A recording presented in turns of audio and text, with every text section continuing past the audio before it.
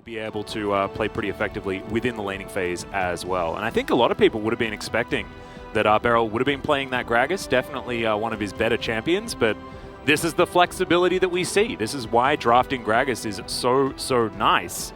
And it means that DAMWON Kia can do things like they will find it and play it and like push it as far as humanly possible as Beryl gonna go down very low, down to 100, gets the heal from Ghost, but he's still under fire. The Eclipse, oh my god, the value was just ludicrous as Canyon and ShowMaker just gonna get out of the way of Pyosik and SOLKA here as they shove in. Considering the fact that if you don't hunt the Zilean, then SOLKA saves him, and then you're in a very unhappy scenario.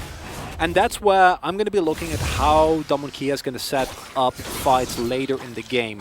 Because, again, I feel like players, they put in so much time, so much work, and it can be quite hard on the body. I think that's also why we've seen such a big shift as Drake getting started here. Yep, Ghost does have the ulti available. Teleport going to come in from Khan here as they get into the backline. There's the Encore onto a couple of members. And immediately the Xayah is blown up, but the Leona, same thing can be said, but Canyon is now all over this one. Seraphine no longer in the fight, and that means DRX have to get the heck out of there. DAMWON Kia should be able to lock down the Infernal Drake now in a beautiful fight when they initially started, right? Like, this is the first time we've seen DAMWON Kia actually really participate in this game. Atlas, there was a 4 versus 5. Ghost wasn't there. He didn't decide to ult in, listen, right? He was in the general vicinity. He was taking a look, but he wasn't actually there, okay? And oh, ShowMaker going to find some bombs here onto Pyosik, who does have to get out, and there's the flash forward. Can the clock slam? Oh no, Pyosik has to just watch himself fall down. No, the bomb, it's chasing him, it's picking. Oh my god, it got the scariest little raptor of all time. Chicken with a hat finds the Viking. Pyosik gets taken down in the end.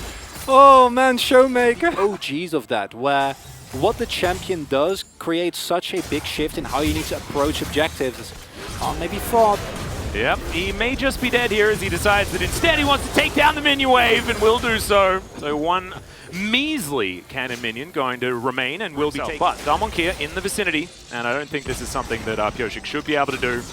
The extra speed up for the damage boost on a HEcarim as well as making him extraordinarily quick is going to be scary as in goes the quickness. ShowMaker makes his way out, utilizing the Zilean that you were mentioning. Zilean really does warp things. That speed up certainly helping out here, and that is going to spell the end of SOLKA once again. We've seen HEcarim be the bane of so many of these control mages in the mid lane, just with his ability to get behind and dive, and we're seeing that once again here.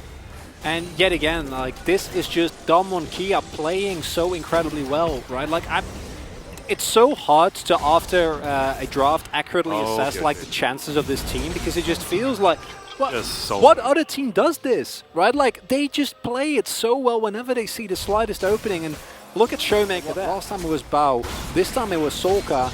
You need those pivotal carries because they keep the composition together. If you don't have your Seraphine, you're not going to win any single fight.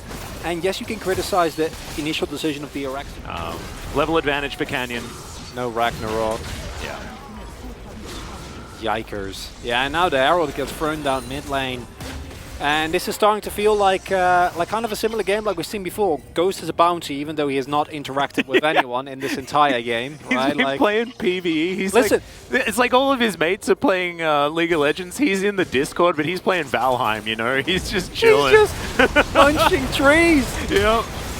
Having a good time, though, as solo player towards the bottom side. Bao using everything just to get out, but there's so much CC. The horse collapses on in. The quickness is going to go on to 2 as Beryl misses the Zenith Blade. Khan going down very low, but body slams his way out. Now ShowMaker here on the backside, not able to save the horse. And this is what happens when the Seraphine's able to just sit in the back and throw out all of her Moonstone buffs. As, okay, this bomb might do some work, but Khan's just going to be taken down. Ghost finally throws some abilities at his opponents.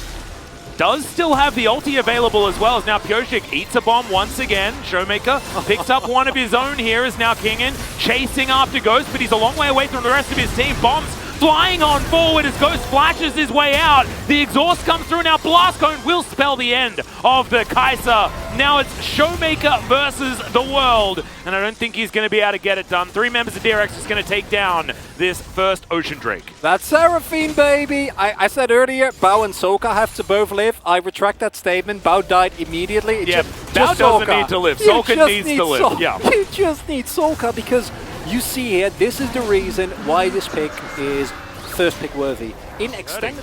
No. DAMWON Kia stays, and they go back in. Oh, like, right, yeah. That was silly. Oh. As maybe this is what they want, as the ulti comes out from Canyon. Solar Flare going to miss onto Bao, who is very, very low, and Seraphine's on the top side of the map. That's why DAMWON Kia can do this.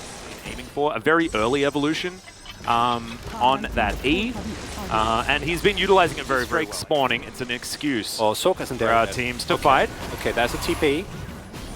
Yeah. Pyosik actually going to start this one off pretty quickly as Beryl slowed down by the undertow, and he goes Canyon. He's so fast as Featherstorm comes out. He ults his way to relative safety as well with the quickness. He's huge in the backline. Ghost already so low in this fight.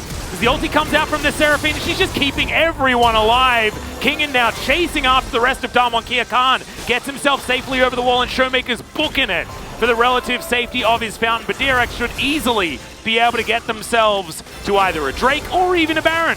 By the looks, as now Ghost once again going to be baited by a stopwatch. Flashes out of the way of Pyosik, who's just going to smite him to death. And it's all too easy for DRX. And I think you might be right. I think Seraphine might just be a little bit too busted. And you can do Baron as well, because your health bars are going to be full in a matter of seconds, Atlas. Wow, look at all these shields. If only there was an item that could remove all of these shields. If only. No, it's okay. I completely understand your point of view with how it doesn't necessarily help the itemization. This Baron getting taken down very low. ShowMaker making his way in here. Couple of bombs coming out as Pyosik. Oh, once again, it was going to be another NPC that was booking for his life as Beryl's going to make his way in, but the Baron already taken down. Kingen, he's got a bomb on his head, but I don't think he's going to be dying today. Makes it back to the safety of his SOLKA. And yeah, Battle Dance going to come through as well, as Canyon does end up executing the Crocodile. Now they're looking to try and do a little bit more, but Canyon very, very low. Great stun to come out from ShowMaker though, as Olaf finally taken down Beryl in a little bit too deep here, but also Bao in a bit of a problematic situation. Ooh. Canyon wearing the bomb, hoping that there was someone over that wall, but unable to lock anyone over this area. And now Ghost is going to get to work on this Ocean Drake, and DAMWON Kia have just turned the lights off, and DRX, no ability to come in and answer that whatsoever. And this is one of the reasons why this team is so good. Why is this game so incredibly close? It's ludicrous. Seraphine. Yep, 33 minutes in, and the Baron down to about half health as Canyon picks up a bomb. He's going to take it away. As you can see, SOLKA dropping the beat in the backline here. We'll see how many abilities he's going to be able to land. That W is what you need to keep your eye on, as Kingen down to about half health, but not for long, guys. As into the backline goes Canyon, and he's looking for SOLKA. Ghost finds him and pops him. It was a one-man encore, and that might spell the end of this one, but now Bao, he's the one that's left alive. Ghost flashes his way out. Canyon going to be taken care of. As you can see, Khan flashes on top of the Crocodile and will put him into his GA for the moment. But now he's getting closed in on. ShowMaker at about half health, looking for Becca now. Becca gets slowed down as now Khan is very tanky. And I don't even know whether he's going to die right now as he does make his way out. The double bomb is beautiful. Kingen, so many shields. And he's going to survive. Another one gets thrown in there with the flash from ShowMaker. But I'm going to call this fight a bit of a wash. It's a 2-for-1, but no one's able to get onto this Baron just yet. And with the health bars so low, DAMWON Kia wanting to get back in once again. Kingen in trouble, in goes Khan. Beryl goes down, his health bar's very large. And look, there's just not a lot of damage. The Thornmail here from Khan really means that Bao does not do a lot of work, even though that Lord Dominic's is there. SOLKA tells are just ever going. And again, even with SOLKA dying, there's still so much to sustain. They go in for yet another fight. Yeah, this time the Baron started up by DAMWON Kia. Good bombs to land on to Pyosik as into the backline goes Canyon. A lot of damage from Bao, who's completely untouched. Goes now trying to get in on top of him. And the Supercharger there manages to pop him in the end. They didn't have the Featherstorm quite available yet. And now Canyon is just going to launch himself over the top of everyone. With AD carries taking each other out, with SOLKA now dead. DAMWON Kia are so much stronger than DRX, and yep, goodbye Renekton. Has SOLKA, who is basically the best item in the game right now for the Olaf.